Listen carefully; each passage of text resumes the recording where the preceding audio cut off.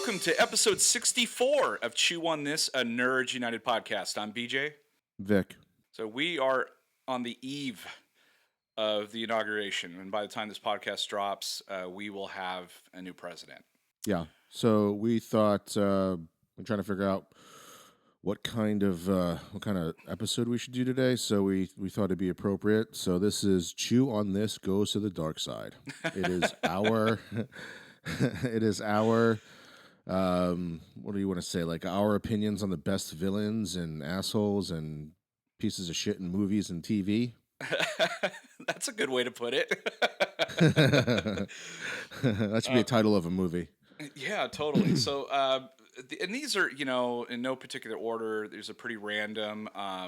These aren't ranked or anything. These are people that, like, for me, the way that I went about thinking about, the biggest villains and douchebags in cinema and TV was like how they affected me when I was watching it. And like once the movie's over, we've talked about before where if a movie's really good and really, one of those movies that makes you think, once the movie's over, it's going to affect you. Arrival was like that for me last year. So I tried to think about villains and people like that really affected me when I was done watching this movie. I couldn't stop thinking about like how big of a dick they were or how scary they were or something like that. Oh my gosh. So the very first thing that came to my mind when you just said that was someone that's actually not even on my list, but it just popped in my head because it affected me so bad when I watched this movie. But have you ever seen No Country for Old Men? Have you ever seen that movie? Yeah. Yep. I think it's a Coen Brothers movie that won Best Picture that year. It had Josh Brolin, Woody Harrelson, and all that. But Javier Bardem played somebody that scared the living shit out of me. It was Anton. Anton, yes. And his weapon of choice was that freaking cow poker. That thing that like you put up against the cow's temple and it with the pressurized and it like just pops him right in the temple and kills him instantly. The one bullet or something like that. Yeah, that dude freaked me the hell out. That guy was ironically, that's actually on my list. Nice. Yeah, that's actually on my list. So yeah, he was actually on that list because I remember when I was done with that film, I was like, that guy's fucking scary. Because he has no emotion. No. He actually resembles somebody else that I have on this list. Which I didn't think about till right now because he shows so little emotion. He just does what he's supposed to do and just goes by the book. But when he flips the coin, yes, he reminds me of this other people that I have on my list or things I should say is the T-800 and T-1000 from Terminator 1 and 2. Oh yeah, for sure. Just no emotion, totally robotic. I mean, obviously they're robots, but yeah, just the way they go about it. And I it never occurred to me before that. That Anton was like the Terminator, where he just had a sole mission and he was just gonna get that done. Yeah, and even after like everything is done and said, he's just like, nope, I'm paid for this job, I'm gonna do it. He still like gets his man in the end. I mean, right. even after it doesn't matter anymore. So it's exactly. Really creeps me out, big time. But how old were you when you watched the Terminator? Do you remember? Oh God, no, I don't. It definitely wasn't in the theater. It was definitely on VHS. Yeah, I saw it on HBO like when I was I think 13 or 14. So it came out like 2 years before I watched it. And I mean, it was scary for me. I remember that, but I don't remember being freaked out like a Freddy Krueger because it was, even though the Terminator is kind of horror in that genre a little bit, like sci-fi horror, I guess it is. It didn't scare me as much as Freddy Krueger. I remember that. Yes, that's another good villain. He creeped me the hell out. Like the first couple movies creeped me out. The rest of them were just really comical. Like once he started, you almost root for Freddy in those movies. Actually, yeah, it's weird. Exactly. Like you see someone, you're like, oh, they're gonna die. Oh, they're probably gonna die like this. Like that wizard dude. You're like, oh, yeah, and the comic book guy. yeah, the comic book guy. That was a good one. So was Freddy on your list? Freddy wasn't on mine. Freddy, no, he's not on my list. But I kind of like. I mean, it's good to talk about him because, like, in the '80s, they had Freddy, they had Jason, they had the Leprechaun guy from the Leprechaun movies, and some other, Chucky, all that. Who do you have on your list? Oh, Well, I have Hannibal Lecter uh, Okay, was another villain that creeped me the hell but he out. really But wasn't the villain though in well, in that Silence movie. of the Lambs, he was kind of the It's villain. Buffalo Bill. But in Hannibal, that's true. That's true. I mean, in Hannibal, he was more the hero as well, but he was still pretty damn creepy. Yeah. Um, yeah, Buffalo Bill, that's a good one. He's like, "Hey, you want to fuck me?" He was like messed up. I have Hans Gruber because he was really notable to me because that's like one of the first villains that I kind of encountered when I was starting to go see rated R movies and whatnot.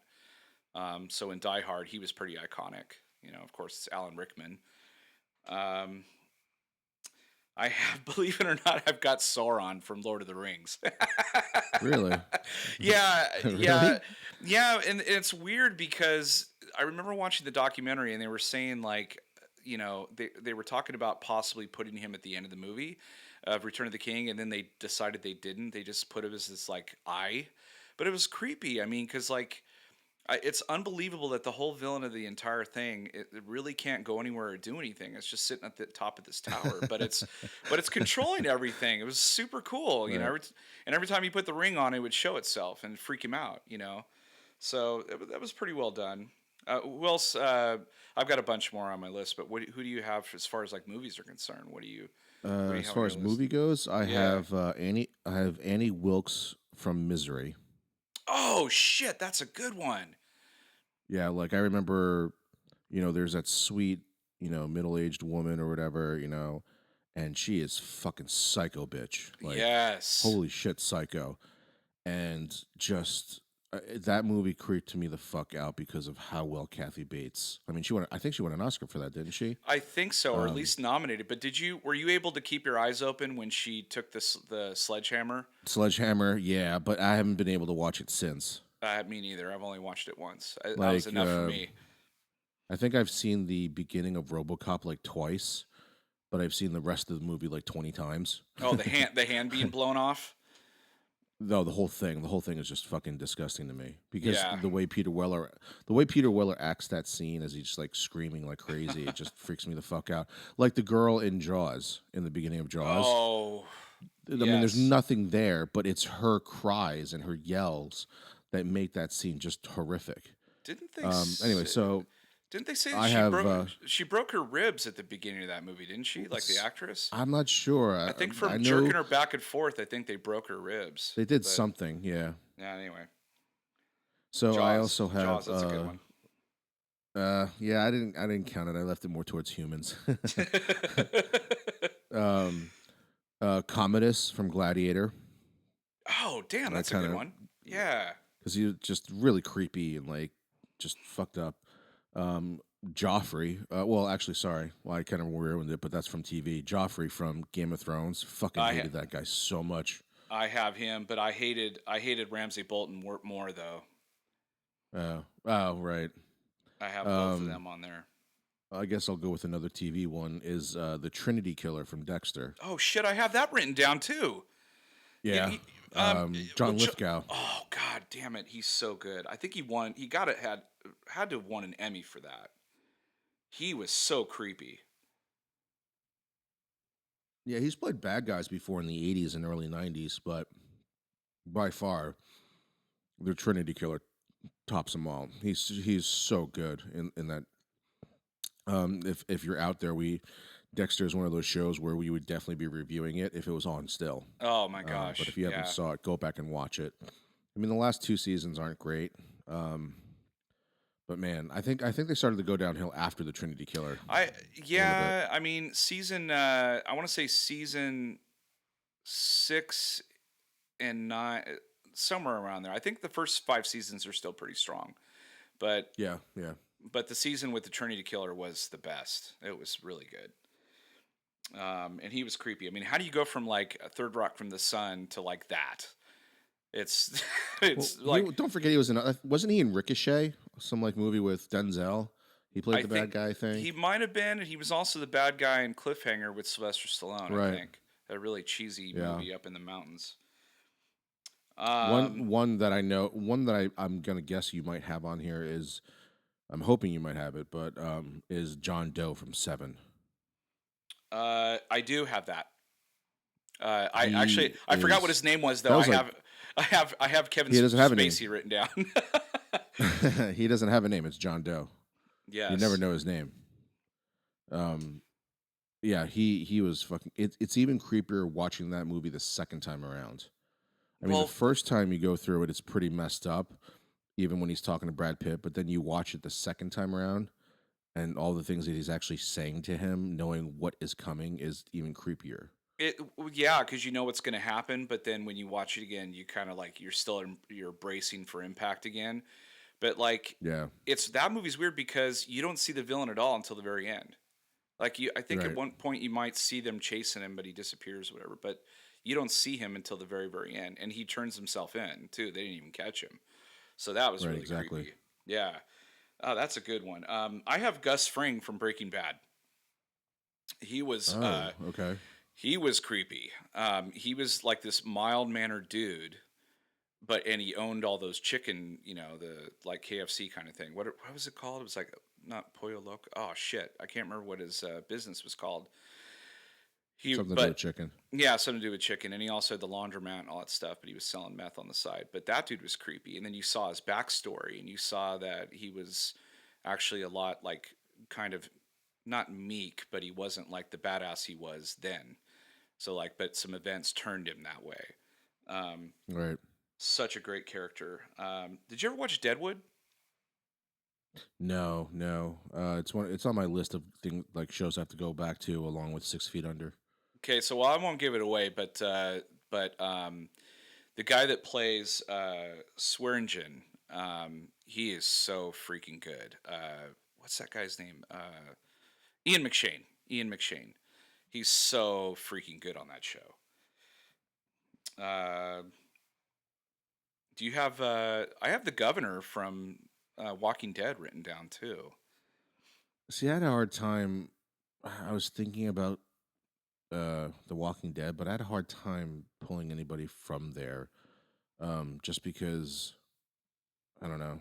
The comic book kind of affects me with it too, knowing like what they Yeah, don't show. yeah, So I kind of stayed away from that. yeah. That shows like for some reason people are starting to jump ship. I don't know because of You know whatever what's funny reason. is that they did the exact opposite of Warner Brothers or DC. They're like, how DC was like, oh, we want to make an R-rated, because they're all knee jerk to it. Yeah, DC was like, we're going to make an R-rated Batman version and an R-rated, whatever they're doing. But apparently, recently, The Walking Dead came out and said that we're going to show less violence. yeah. Well, a lot of I it guess turned. a lot more people since the Glenn episode. I guess the ratings have tanked since then. Yeah, I mean, I think because of the gratuitous violence. I mean, they actually filmed it with less violence, but they showed the one that they showed, obviously, and it turned a lot of people off from the show. But I don't know, like, yeah, that's probably the height of the violence that they've gotten. But you've seen, I mean, you saw that one dude get torn apart by zombies, like his face torn off, and you Oh, can't. the one where Glenn was stuck in Yes, in the the turn. roundabout. Yeah, Yeah. So you can't yeah. tell me that that didn't. I mean, if that the bat to the head turned people off, you can't tell me that that other thing didn't turn. I Well, mean, I don't know. I I think think it's it's the maybe because character. it is I think has to it's the do with the character. character, I suppose. Um, I mean, I haven't gone back and watched it since then. So, I and I haven't already know either. what the hell happens. I already Yeah. know what happens because I read the comic, but like, I still haven't gone back and watched it. I don't Oh, know. I mean, oh, we've talked about it before. you haven't finished the season up, huh? You haven't. No, I'm not caught up. No, I haven't watched it since the Glenn episode. It gets a little better. I don't know. It kind of I've goes heard it downhill gets a a little little bit. better, but I just like I said, I've said before, like I feel like I'm just waiting for the next major death is the excitement of the show, and that just seems really dreary to me and Yeah, no, unnecessary. no, I agree with you. It's not a way to go for the show, but hopefully they're going to turn some stuff around. But I also have, I've got so back to movies a little bit. I have like we talked about how in Marvel, the villains aren't that great, but our favorite one was Loki, and so while he's not creepy and scary, he's a really cool villain. So, Yeah. and we love to hate that guy. We love to like that guy. So like we root for him, And I can't wait to see him in some more Marvel movies. He's supposed to be coming up again in Thor Ragnarok, I hope. Um, what else you got as far as movies? I only have a couple more in movies, then I've got a bunch on TV portion of I it. have uh I have Heath Ledger's the Joker on here. Yes. Not because he was like scary on the level of like Freddy Krueger, or I hated him so much like Joffrey, but if you just think for a second at how insane the Joker is in The Dark Knight. And if he is so realistic and unrealistic at the same time, where like if somebody were to go crazy, he'd probably be like that, you Hmm. know, as far as like a mastermind criminal would go, he'd probably act like that. And the thought of just sitting in a cell room with him, even if it's in the police station and there's like guards everywhere, he would creep me the fuck out. And I wouldn't want to sit in a room with him. I mean, just think about how creepy he is. Or, yeah, you love him because he steals the show in that movie. But for me, it doesn't have anything to do with Heath Ledger's death. Why I'm more emotionally attached to that Joker, because Hmm. it's just really fucking good. He really does steal the whole movie. But if you really think about like think about the craziness of everything that he says, right? And then as he successfully tricks everybody and blows up the police department so that he can get that guy Lau, you know, he Hmm. sticks his head out the fucking police car, shakes his head like a rabid dog in the Yeah, wind. yeah. I All mean, he it's a gorgeous shot, but that's creepy to me. It is creepy, and if you go back to what Alfred said earlier, he's just like it's just like there's no rhyme or reason sometimes. Sometimes people just want to see the world burn. They're just messed up, like just crazy. And that dude like didn't care about money. He didn't care about anything. He just cared about mayhem. That's all he wanted. And and that's what he lived for. And when you have someone like that in the world, that's scary because at any point anybody innocent or otherwise could die or whatever, and then he just And wants to keep it going. we lost a really good trilogy ending too because of Heath Ledger's death as well. Yeah, we were robbed of Apparent that for sure. because it was so recently it came out. In the beginning, it was like, yeah, he was going to get mentioned, but Bane was always the villain of the third. And recently, it just came out that that was not true, and that the Joker was supposed to be the main villain of the third movie. And then once he passed, they had to scramble, and we got the Dark Knight Rises, the weakest of the three, in my opinion. Yeah. But the trilogy was going to end with the Joker. Oh, that would And have been so cool. my guess, my speculation would have been the final panel, almost a theatrical Christopher Nolan version of the final panel in The Killing Joke, because Oh that's like right yeah. there. That's right up. That's right up Christopher Nolan to fuck you with the ending, right? he just Yeah, loves to. He just loves to leave the open ending.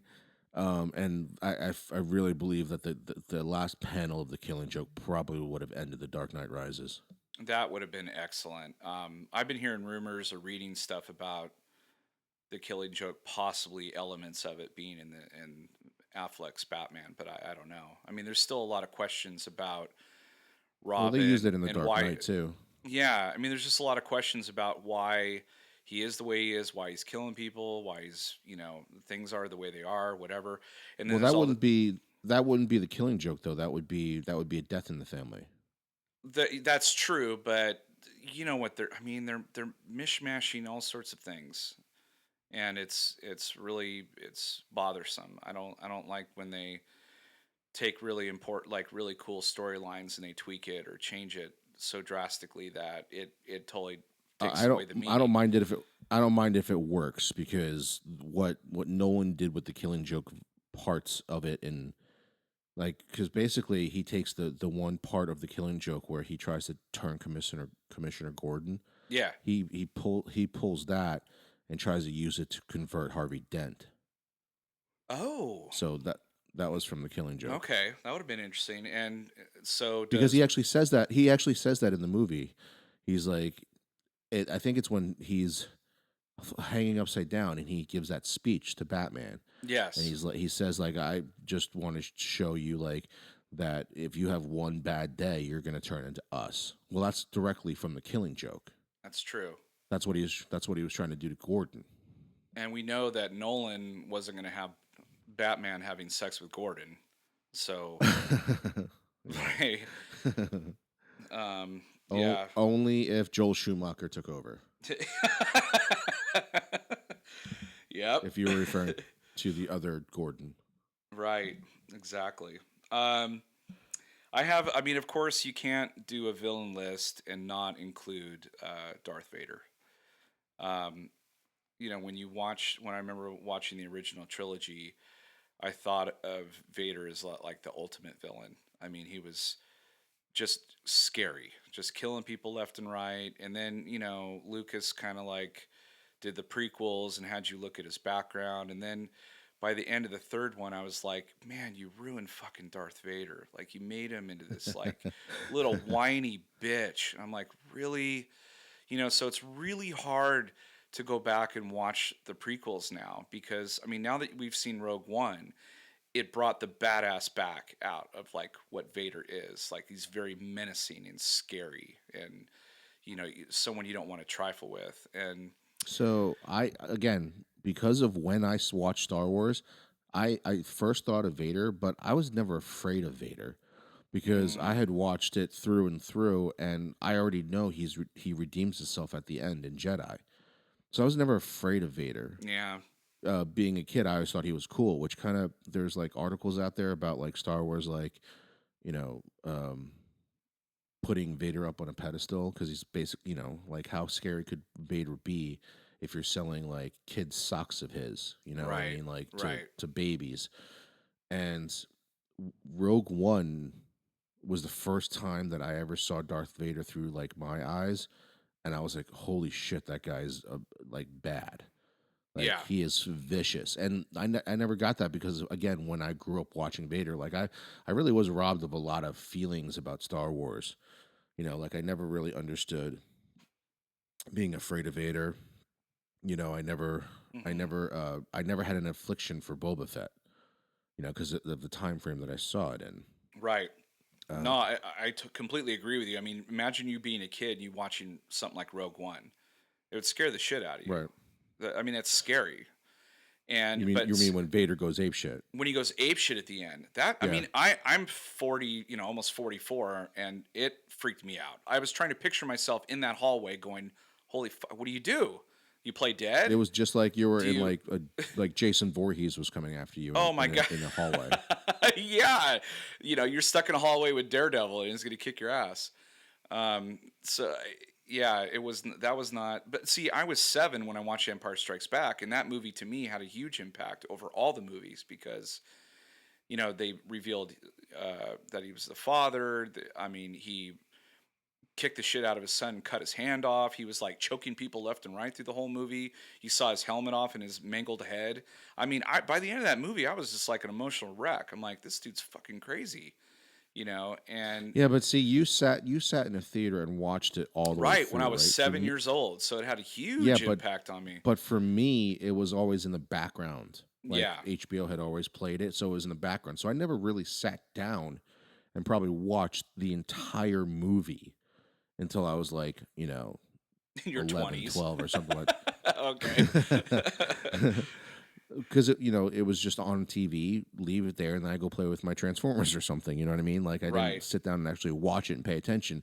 So like I'd turn around and be like, "Oh, there's Luke's hand getting cut off. That's disgusting," or like I turn around like, "Oh, I don't want to pay attention to this stuff. I only want to watch the part where Vader and Luke fight." Like I would just do Right. that.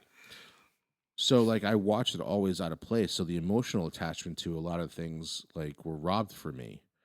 So I immediately thought of Vader, but for me, feeling wise, and how I grew up with Vader, it didn't like freak me out watching Yeah. Darth Vader. It was Yeah, you cool. It didn't. was cool to be Darth Vader.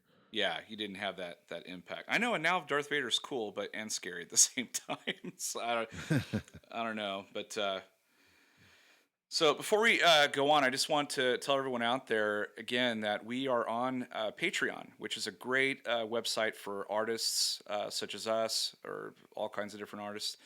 And with Patreon, you can go on there and you can donate as little as $1, uh, and you get all different types of rewards from $1 all the way up to whatever the highest tier is. But the more money you donate, the more kind of rewards and stuff that you get. And it is monthly, but you can change the amount that you want to donate each month if you'd like. And we had some pretty cool rewards. I mean, one of them I think is a bonus pod. We actually have one in the higher ring where you can get like a hat or a T-shirt with Chew on this, so you'd be part of the Chew crew, and you can actually dictate what type of pod you want us to record for you. So we got some really cool stuff. And again, as little as $1, and that's patreon.com. So it's P-A-R, I just spelled it totally wrong. Patreon, patreon.com/chew on this podcast. So it's patreon.com/chew on this podcast. Be part of the Chew crew, guys. Go on there and donate as little as $1 a month. That's hardly anything. So anyway, part of the list I have, and he's not really a big villain, but I still like him, is Magneto from the X-Men movies. I really love Ian McKellen's portrayal of Magneto. Um, what did you think of Magneto, like from the first X-Men? Like at first, when I first saw him, I thought, "Oh God, what is this geriatric guy being Magneto?" But I ended up liking him after a while, and liking his relationship with Professor X. The only reason I liked Magneto in the movies is because Ian McKellen's a great actor. Mm. But I did not agree with hiring somebody that old. Mainly because I knew the comic books. They're usually portrayed like in their 40s because everybody else is still in like high school almost or in their 20s. So Professor X and Magneto to me were always in their 40s or 45 or maybe even 50, but not at the same age as Ian McKellen. Right. Because in the future, it's Magneto who actually leads the X-Men when the Sentinels take over the Earth. So I I liked Magneto only because of Ian McKellen, but I didn't agree with him casting somebody so old because it took it took something from that. A little For bit, me. yeah. It did. And I think that's kind of reason why they started doing the first class movies to like go back to where they were younger, to kind of inject a little more like, I don't know, juice into the franchise by having everyone young again. But did you like First Class, X-Men First Class? I did. I really liked it a We lot, but we've never really talked about the it. other thing that bothered me about First Class was like like I can't ever say his last name. Fassbender, is that his last name? Fassbender, yeah. Um, he's a great actor, but he's not German. And in First Class and in um, the first X-Men, you see the concentration camp, right? Hmm. So they're definitely he's definitely German Jewish person, Hmm. and in both times they both have British accents, and that bothered me to no fucking end. It's like when you see like a movie about like Rome, right? Like I love Gladiator, right? It's the classical like Shakespeare thing to do. They're in Rome, watching Gladiator. I'm watching Gladiator, and everybody has a British accent. Even the Australian guy has a British accent, but Right. they should all have an Italian accent. It could be worse, man. You could be watching Robin Hood with Kevin Costner and his horrible accent going in and out. Or Uh, in the original X-Men, where Halle Berry's Nigerian or African accent goes in and out. right. It's that kind of shit does it totally. That kind of stuff really annoys me. But at least she tried. I And then mean, she gave at up. least she tried and she fucking failed. But like, it's not like Ian McKellen's tried to do a German accent. I mean, for fuck's sake, you show him in Germany in the German concentration camp, and he's fucking got a British accent. Yeah, that's really weird. Oh, that was actually a good villain. Is Kevin Bacon in that movie? He freaked me out too. He was kind of scary. He did some Yeah, really I crazy feel like shit. the really calm, like villains in this in movies usually freak me out the most.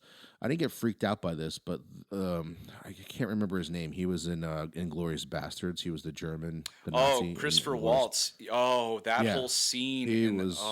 Yeah, Tarantino's so good really at doing good. those scenes where everything's all light and funny and happy and all that stuff, but it's intense and you know something's about to happen, then everything just goes ape shit.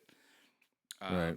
Yeah, Christoph Waltz, he's fantastic. I think he won an Oscar for that. He kind of blew up after that.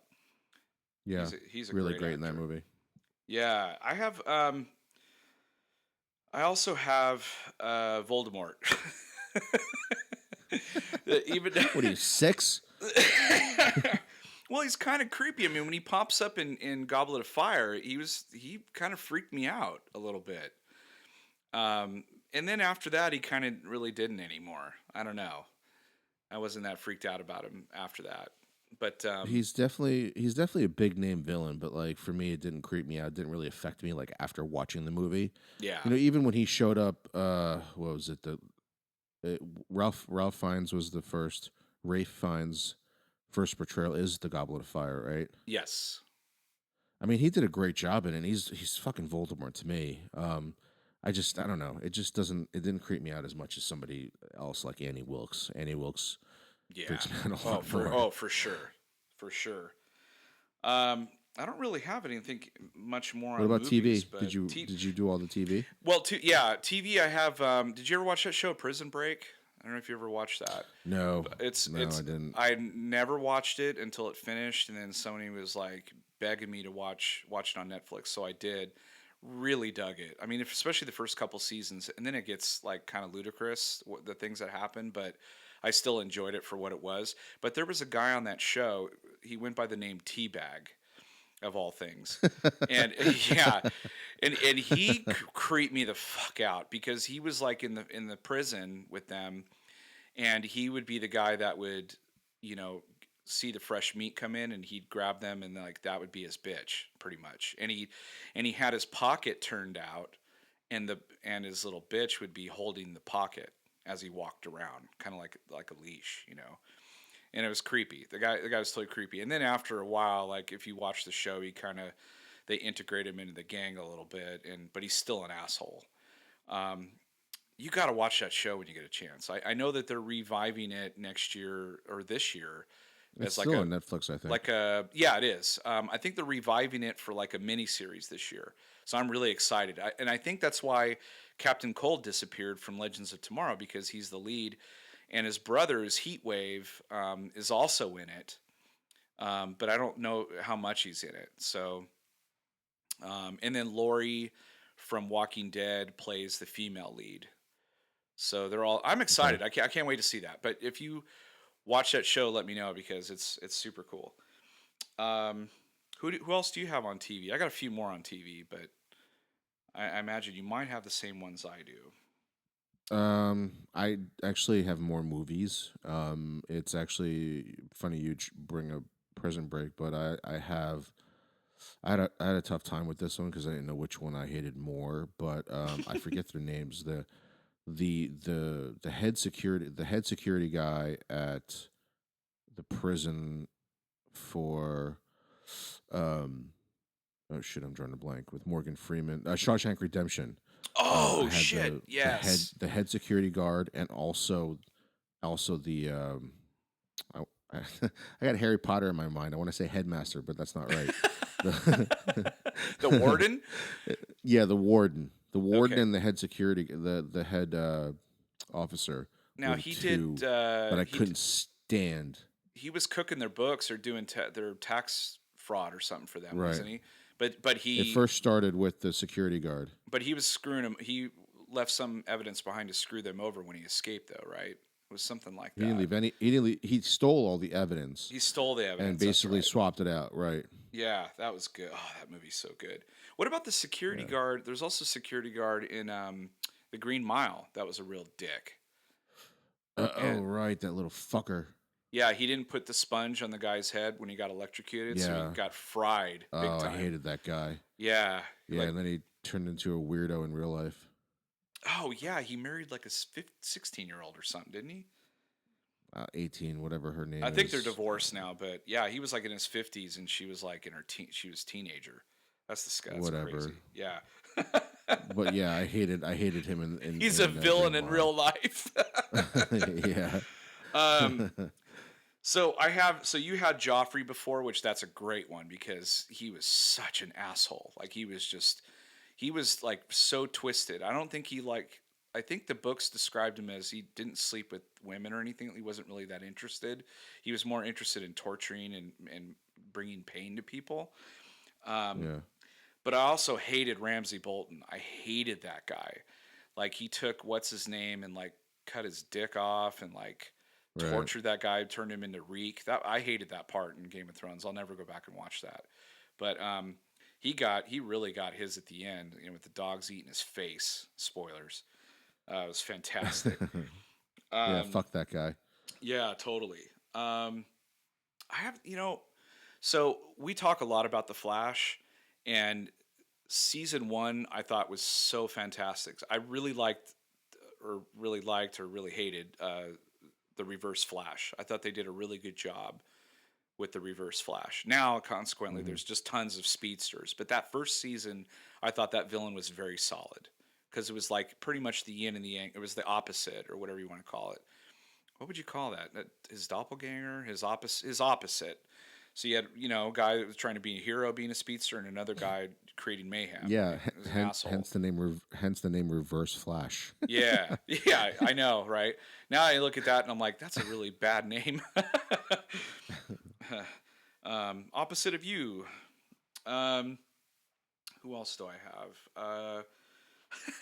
I have the Borg written down. I The was what? the Borg. I was a big Oh, Next Generation fan, and I remember when they introduced the Borg. Yeah, that scared the shit out of me. I was like, man, these guys are creepy. And then they kind of took that storyline, when what's his name, Patrick Stewart became a Borg, Lotus Locutus of Borg or something like that, and they were able to like get him back and get all the implants out before they set in for too long or whatever. But he still had this like connection with the Borg, and that's why when you watch that movie First Contact, which is by far the best Next Generation Star Trek movie, he still had that connection with the Borg and the Borg Queen, and that movie's still pretty tight. I like that movie. But yeah, I thought the Borg were like these really cool like villains that Star Trek created, and the way they did it, if I remember right, I think Q, who was like kind of he wasn't a villain, he was more like mischievous and a being that he was godlike, he could do whatever he wanted. And he always reminded me of Metzoplex. Is that his name? yeah, Mixoplex? exactly. Mixoplex, yeah, exactly. He was like, godlike or magic or whatever. But there's a part in it where, Patrick Stewart, I can't remember what he said now, but he says something to the effect of like, oh, something about, we don't know what's out there and all this stuff. And like, everything, the universe is scary or whatever. And the guy goes, oh, there's shit out there you haven't even seen yet.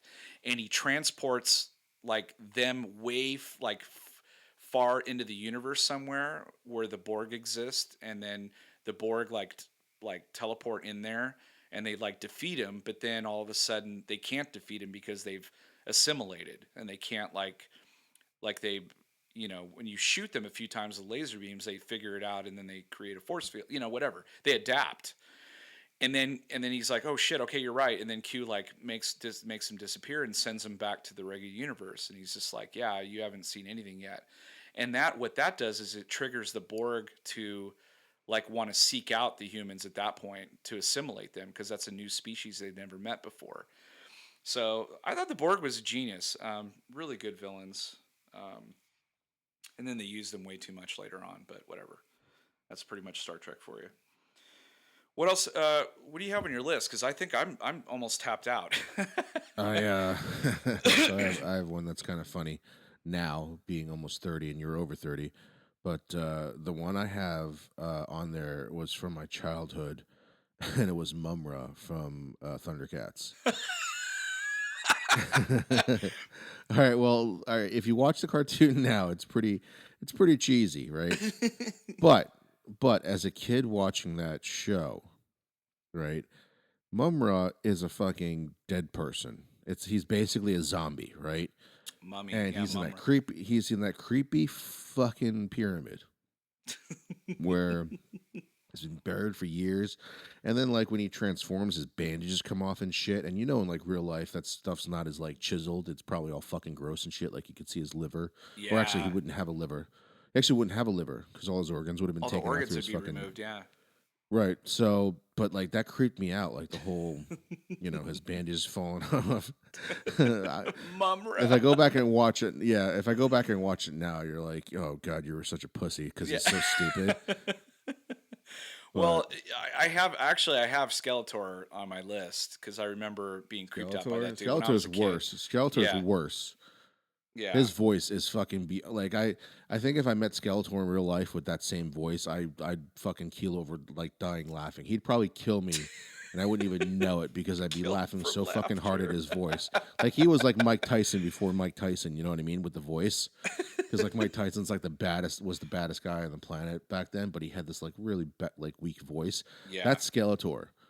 Like Skeletor has this like annoying like 70-year-old lady voice. and that's what they did. I guess to take away the scariness of his look is to like put that voice on him. Because you remember, do you ever watch when you were a kid? Did you watch Inspector Gadget? Because like, Yes. because so you never got to see the villain, but you always saw like Yeah. the Claw, and they called him the Claw or whatever. But he had this like really like deep voice, that like that. Yeah. That was kind of freaky, but it was. That guy was in another voice for another cartoon too. Oh really? He did the same. Yeah, like how Cobra Commander and Starscream are the same. Oh yeah, Well, yeah. the guy for Claw was a voice for some other cartoon. I can't remember what, but it was basically the same thing. It was The the same same kind of voice. voice. Yeah. Yeah. They try to use that really deep, like creepy voice. So one of my favorite things, or one of our favorite things from a couple years ago, was that first season of Daredevil, and they really created a very Oh, unique and complex villain, Kingpin. Wilson Fisk, played right. by Vincent D'Onofrio, was absolute, just amazing, so amazing. Spot on. Yeah, it was spot on. And Like I can't. created a backstory I for him. love. Yeah, I know. I love Daredevil. I love Luke Cage.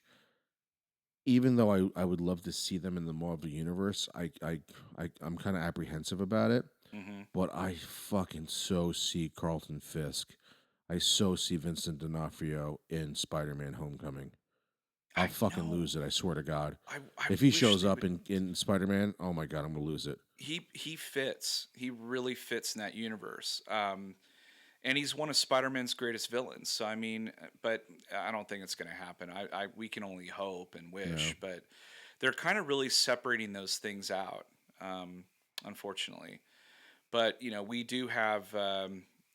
We are going to see him again. I know they mentioned that he will re-enter the Marvel universe. Now, whether or not it's in the Defenders or if it's in the next season of Daredevil, but he's going to be back. And yeah,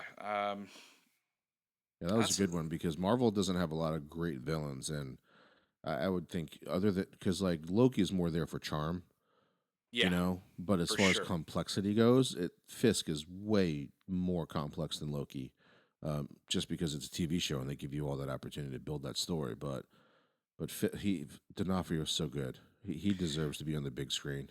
Yeah, he's really really good. I thought about Kilgrave too because I did rewatch Jessica Jones, and I think was it Ben Schwartz on our podcast. He was mentioning something about how Kilgrave, when he was a kid, he had those powers, and he never really grew up because he was just that snotty little whiny kid who wanted Right. his way. And when he had said that on the podcast, and I thought about it and went back and watched it again, with that in my head and watching it, he's pretty fucking creepy because at any time he could do something so crazy and drastic. He could just tell you to Right. go. He can tell you to go fuck yourself, and then you're gonna try to do that, until Yeah, he but tells you for to me, stop. until there was that part, I kind of got that through the show, but there was a part where Jessica's no longer afraid of him. That that he changes, and I guess him reverting back to that child or whatever, that lost child, kind of took away a lot of his um I don't know, aura about him Yeah. to me. Yeah. So I mean, I guess that's a good thing too, because you're seeing it through Jessica's eyes. Yeah, that was a tough one because, that show, I love the 13 episode format, but for that one, for whatever reason, I felt like they could have done it in 10 because, like, he did lose his luster a little bit. They really built him up, and then he did do some things that were really creepy, but then they just kind of made him really sniveling and whiny, and he's just a big brat. But Yeah, yeah. but yeah, I mean that's pretty much all the villains I have on my list. I know there's just a million more, and we just like basically Yeah, just I know we're forgetting a whole bunch, but this was a good start to have. yeah, We've for never done an sure. episode like this. It'd be kind of neat to do at some point, where we have some time, is to do a one on heroes because there's a lot of really cool heroes out there too. In nerd Yeah, and, this would have been a lot. nerd and geek culture. That episode would have been a lot easier, if it had taken Totally. place like 10 years ago. Because now you got so much to pick from. Oh yeah, there's so many to choose from. That's for sure. But yeah, anything else you want to add? No, that's it. There's your villains, folks. We just went to the dark side. Tomorrow, or 3 days ago, we have just entered a new realm, a new presidency. So this was very fitting to talk about villains and, how'd you put it? Villains and assholes? And douchebags. Douchebags. I think so. There you go. Villains and assholes and douchebags. Oh my. Anyway, that was episode 64 of Chew on This, a Nerds United podcast. I'm BJ. Vic. Until next week, folks, chew on that. Later.